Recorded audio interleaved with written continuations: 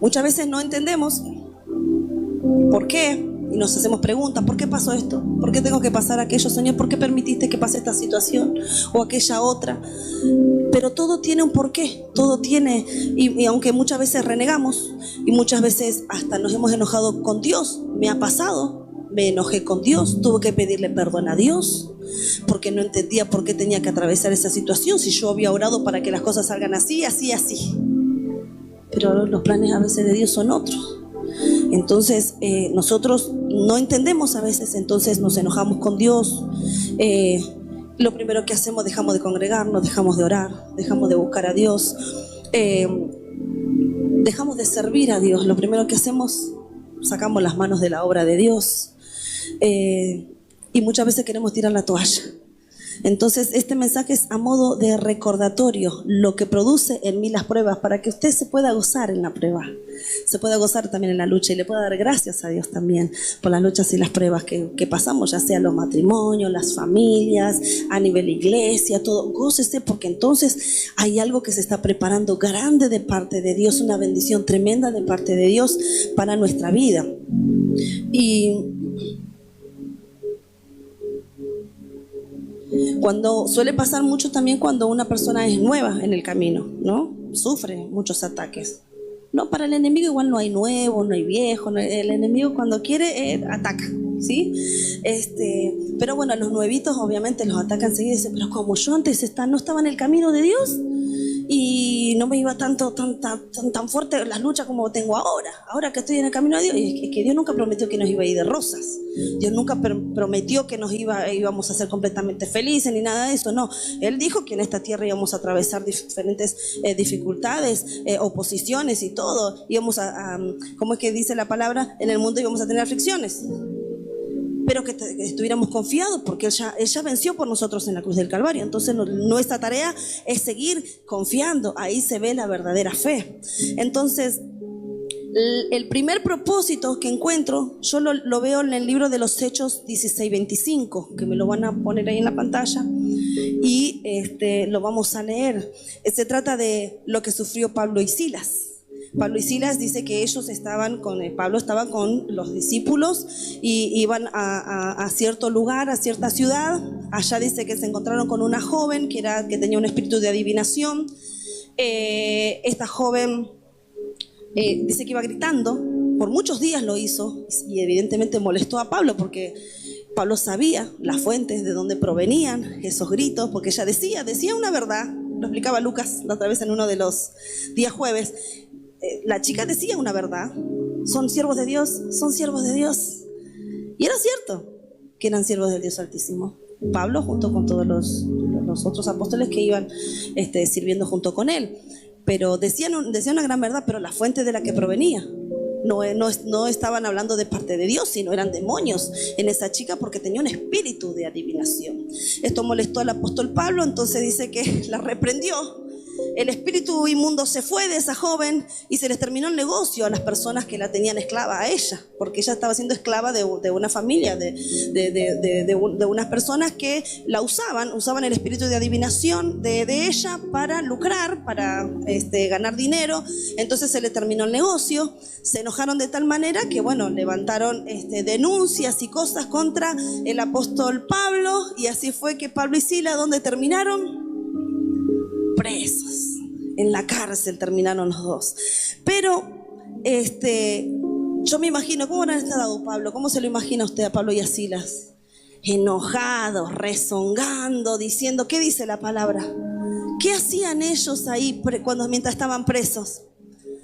¿Usted sabe en las condiciones en que estaba Pablo y Silas en ese lugar?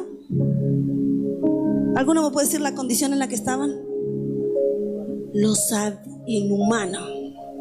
Inhumano, y encima los habían maltratado de tal manera, le habían dado tantos latigazos, que usted puede leer luego todo el capítulo del libro de los Hechos, y usted va a ver Léalo desde el 16 completito y usted se va a dar cuenta ahí en la condición que estaban ellos, todos lastimados, golpeados, sus espaldas me imagino, sin piel, totalmente lastimados, todo su cuerpo, pero allí estaban ellos. Dice la Biblia, y vamos a leerlo, 16:25, y vamos a leer en el nombre de Jesús, y dice así: pero a medianoche, orando Pablo y Silas, cantaban himnos a Dios y los presos los oían. Dice, a medianoche, orando y cantando. Dos cosas estaban haciendo Pablo y Silas. No estaban renegando, ni reclamando, ni pidiéndole explicaciones a Dios, ni pidiéndole justicia, agarrarlos, eliminarlos, hacerlos desaparecer. No, estaban orando y cantando, dice, ¿no? A pesar de las heridas de su cuerpo, me imagino el dolor que habrán estado sufriendo ellos por los latigazos, los azotes, el maltrato. Sin embargo, ellos estaban en esa celda orando y cantando himnos a Dios, tanto que los presos los oían, y ahí ocurrió un gran milagro, ¿no es cierto? Entonces, uno de los propósitos que veo de las luchas y las pruebas es que Dios quiere despertar el adorador que está en ti y en mí. El verdadero adorador, porque Dios quiere hacer de usted y de mí un adorador. Pero no cualquier adorador, esos que adoran de los labios para afuera, pero cuando después en medio de la lucha sale disparando, corriendo a esconderse. No, quiere hacer de usted y de mí un verdadero adorador para su gloria. Es que cuando buscamos a Dios de esta manera ocurren cosas, ¿sí? Es que el tema está en la actitud que tomamos. ¿Qué actitud tiene usted cuando se encuentran luchas y pruebas? ¿Qué actitud toma? ¿Se enoja? ¿Quiere tirar la toalla? ¿Deja de orar? ¿Deja de buscar a Dios? Y no me llamaron por teléfono, y no me dijeron nada, no me mandaron un mensaje, no se preocuparon por mí, no me están buscando, no. ¿Qué actitud toma usted cuando está pasando diversas luchas y diversas pruebas? Cuando pasamos momentos así de difíciles, es donde Dios quiere, el primer propósito, Dios quiere despertar en nosotros el verdadero adorador, la verdadera adoradora. Es que la adoración genuina y la oración espontánea y genuina producen milagros. ¿Qué pasó con Pablo y Silas?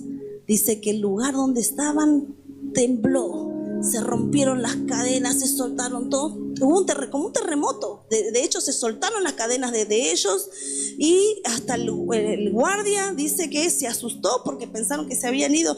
Pero es más, hasta hubo una conversión ese día, porque el guardia se convirtió a Cristo, ¿no es cierto? Y encima dijo, ¿qué tengo que hacer? Mira, ahí yo veo tremendo, porque una conversión tan genuina, tan verdadera, porque enseguida dijo, ¿qué tengo que hacer para ser salvo?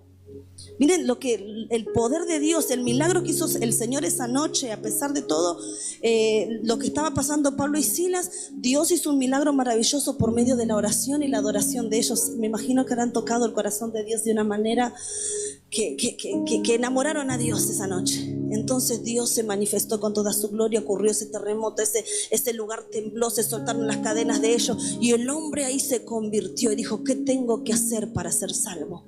¿Qué le dijo? Cree en Jesucristo y serás salvo tú y toda tu casa. Y encima, después que hizo el hombre, dice que buscó, no sé, ya sea compresas de agua, lo que sea, como es, imagino, en la calle no había gasa, no había cosas, pero él buscó de alguna manera curarles las heridas a ellos. O sea, Dios hizo cosas maravillosas, y a pesar de todo lo que estaban sufriendo, Pablo y Silas se gozaban en el Señor. Entonces, ¿cuál es uno de los propósitos de la prueba? Es que nosotros podamos gozarnos en el Señor, y el Señor quiere despertar en nosotros al verdadero adorador, ¿sí? Un adorador que le busca, no solamente cuando las cosas están bien, sino también cuando las cosas no van tan bien. Es necesario adorar a Dios, porque entonces es ahí donde ocurren los milagros. Cuando usted adora en los momentos más difíciles, ahí es donde ocurren los milagros. El segundo propósito lo podemos ver, el segundo propósito de las pruebas lo podemos ver en 1 de Pedro 1:7. Y yo lo quiero leer en la versión Dios habla hoy, porque me gustó mucho esta versión. Y acá podemos ver uno de los propósitos, el segundo. Dice así: porque la fe de ustedes es como el oro. La calidad debe ser probada por medio del fuego. La fe que resiste la prueba vale mucho más que el oro, el cual se puede destruir. Claro, porque el oro hasta se puede destruir, pero nuestra fe es probada. Dice: de manera que la fe de ustedes, al ser así de probada, merece aprobación, gloria y honor cuando Cristo aparezca. Entonces, el propósito que podemos ver, el segundo propósito de la prueba, es verificar la calidad de nuestra fe. ¿Cómo está siendo nuestra fe?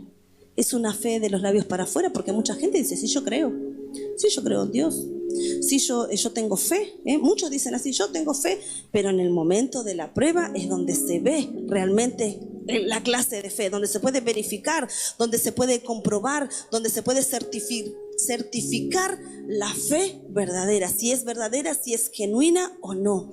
Entonces, por más mínima que sea, muchas veces la prueba nos hace hasta alejar de la familia de la fe. Por más mínima que sea, a veces, porque depende cómo uno lo toma, ¿no es cierto? Alguna cosa que alguien me miró mal, que me dijo algo y que me molestó, y enseguida uno se desenfoca, ¿no es cierto? Pero nosotros, como hijos de Dios, debemos mantenernos enfocados, debemos mantenernos firmes, debemos mostrar realmente que la fe que tenemos en Jesucristo no nos hace que cualquier cosita que pase a nuestro alrededor nos haga apartar del Señor, nos haga alejar de Él. Además, los primeros cristianos de la iglesia primitiva, de verdad que tenían fe. De verdad que tenían fe, y era genuina la fe de ellos, porque hasta daban su vida por la causa de Cristo. Y esto hablaba con Lucas este tiempo que estuvimos haciendo el estudio en este lugar, la escuela de dones.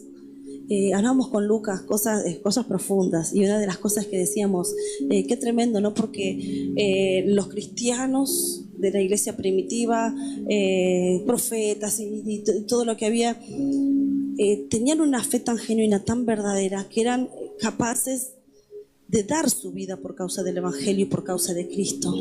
Hoy, en la primera lucha que tenemos, enseguida queremos largar todo, ¿no es cierto? En la primera prueba que viene, enseguida queremos largar todo. Es más, hoy hay gente que hasta se quita la vida. Todo lo contrario a lo que fue un día. ¿Qué nos está pasando? Se puso a pensar: ¿qué está pasando? Que aún hay cristianos que se quitan la vida, cuando antes la daban por causa de Cristo, antes la daban por causa del Evangelio. Entonces, ¿qué nos está pasando? Empezamos a pensar que las pruebas son muy fuertes, es muy difícil, no puedo, no lo logro, no llego, no alcanzo, no califico, no.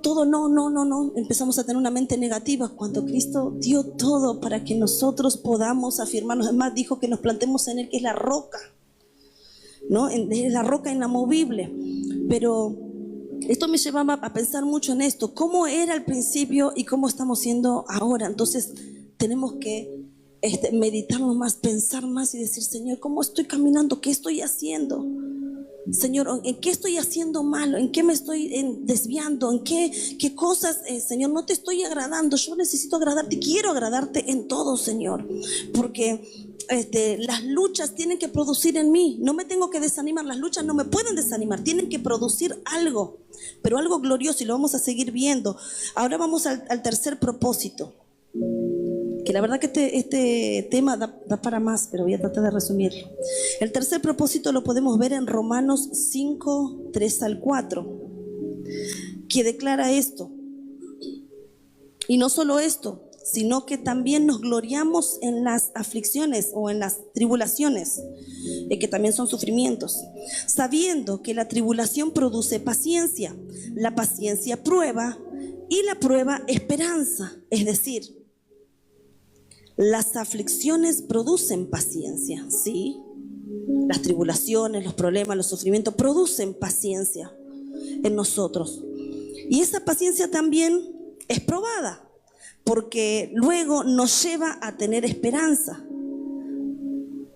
Dice el texto: no solo esto, sino que también nos gloriamos, o sea, nos alegramos, nos gozamos en las tribulaciones, en las aflicciones, sabiendo que la tribulación produce en nosotros paciencia. Entonces, uno de los propósitos que pasemos luchas y pruebas es que podamos cultivar la paciencia. ¿Sí? Podamos cultivar la paciencia, que a su vez esta paciencia también va a ser probada. A ver si debemos esperar, porque a veces decimos paciencia para unas cosas y para otras no. Depende de qué tenemos paciencia. Entonces la paciencia también es probada, y a su vez esa paciencia nos lleva a tener esperanza, porque empezamos a decir: Señor, ay, tremendo debe ser lo que vos tenés por delante, porque si estoy pasando este proceso de lucha, prueba, ya sea en el matrimonio, en la familia, en donde sea, algo grande tendrás vos. Y yo acostumbro a decir eso, y le digo siempre al Señor: ¿Qué será lo que vos tenés detrás de esto? Porque Dios nunca te va a llevar a un desierto, nunca te va a llevar a un valle de sombra y muerte para dejarte tirado ahí. Cada vez que tengas que atravesar por eso es porque hay una victoria grande delante, hay algo maravilloso. Por eso es que no tenemos que bajar los brazos, sino que tenemos que seguir agradando al Señor y continuar este camino. Porque ¿sabe qué? Esos problemas no van a durar siempre. Esas tribulaciones no duran para siempre. Son momentáneas, tranquilo. Son momentáneas. Ya va a pasar la tormenta, ¿sí? Ya va a pasar la tormenta. Dios va a traer bonanza, va a traer calma, va a traer respiro, ¿sí? Así que siga confiado y manténgase confiado. Él está tratando con cada uno de nosotros. Está tratando con nuestro temperamento. ¿Para qué? Para formar el carácter de Cristo en nosotros, ¿sí? Esa es la idea del tercer propósito. Dios está trabajando en nosotros para que cultivemos la paciencia, y a su vez también para que sea formado en nosotros el carácter de Cristo. El cuarto propósito de las luchas y las pruebas lo podemos ver en Santiago 1:12. Santiago 1:12, si lo tienen ahí en pantalla lo vemos. Dice así: bienaventurado el varón, y cuando habla del varón también está hablando de la mujer, ¿no es cierto? No nos quedamos afuera. Bienaventurado el varón, la mujer que soporta la tentación, porque cuando haya resistido la prueba, o sea que hay que resistir, ¿sí? Ahí está el secreto, hay que resistir. Recibirá la corona de vida que Dios prometió a los que le aman. Entonces, este cuarto propósito de las pruebas, tómelas, no las deseche, agárrelas. ¿Por qué? Porque la Biblia dice que hay recompensa, hay premio y hay galardón para aquellos que soportan, aquellos que resisten, pero aquellos también que aman a Dios. Entonces, cuando venga la lucha, no le esquive, no trate de esquivarlo, ya, ay, que pase de largo, a ver, que le toque al otro. No, tómela con gozo, porque hay recompensa para los hijos de Dios. No espere recibir honra si usted no honra. No espere recibir premios si usted no lucha, ¿sí? Porque todo aquel que lucha, decía el apóstol Pablo, todo aquel que es atleta, se prepara y lucha para obtener un premio, no para ir y hacerlo nada más, no. Todos quieren llegar al galardón, ¿no es cierto? Entonces tenemos que resistir, soportar, porque Dios a todos aquellos que le aman dice que le espera una recompensa. Dice: recibirá la corona de la vida. Amén. ¿Cuántos anhelan recibir lo que Dios tiene para usted? No se lo pierda. Si usted se lo pierde, lo toma otro, ¿sí? Que nadie te robe lo que Dios tiene para usted. Que nadie tome tu corona, ¿sí? El quinto propósito lo podemos ver en el Salmo 66:10. Y dice así: tú, oh Dios, nos has puesto a prueba, decía el salmista.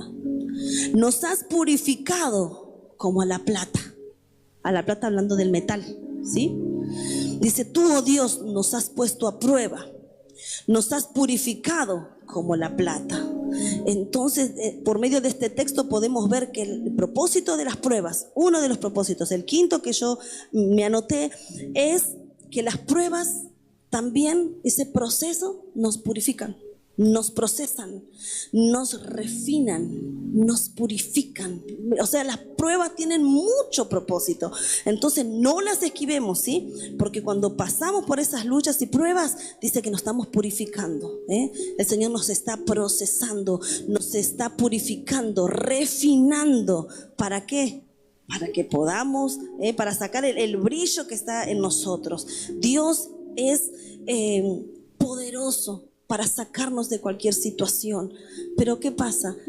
Si no atravesamos por esa situación, Dios te puede sacar. Y si le pedís que te libre, Él te va a sacar. Pero ¿qué pasa? Te vas a perder la bendición que hay, porque estamos hablando recién de resistencia, de que había que resistir, de que había que pasarlo, que había que atravesarlo. Porque ¿no le pasó a Jesús? Cuando dijo, ay Señor, si puedes pasa de mí esta copa. ¿Acaso Dios no podía hacerlo pasar esa copa? Hacerlo que no lo haga.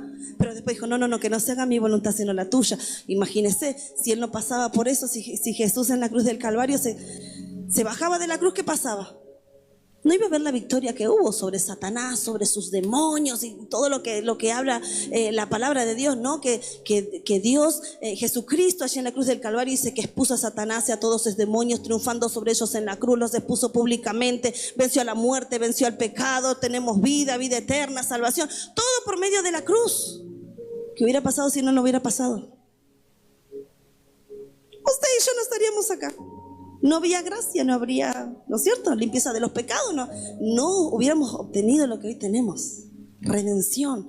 Entonces no le esquivemos a las luchas y a las pruebas, sino que resistamos, mantengámonos ahí firmes, resistiendo, poniéndole, como dicen, el pecho a las balas, ¿sí? Que Dios está con nosotros. El número 6, el propósito número 6 lo podemos ver en el libro de 2 de Corintios 4:17. Y dice así, 2 Corintios 4:17. Porque esta leve tribulación momentánea, ahí se dio cuenta, ¿no es cierto? Es momentánea. Todas las luchas que usted atraviesa en esta vida son momentáneas, no duran para siempre.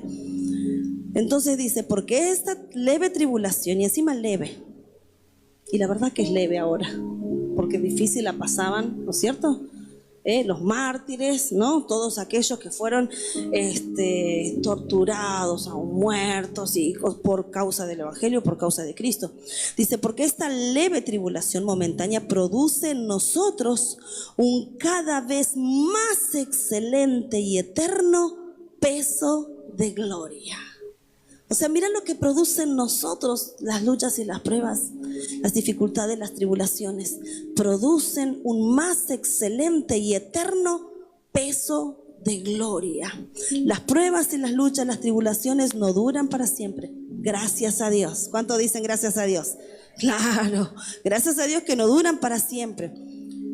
Pero sí dura para siempre y es eterna la recompensa que Dios nos promete. La gloria que experimentaremos en el Señor excede a cualquier cosa que podamos pasar sobre esta tierra y en este mundo.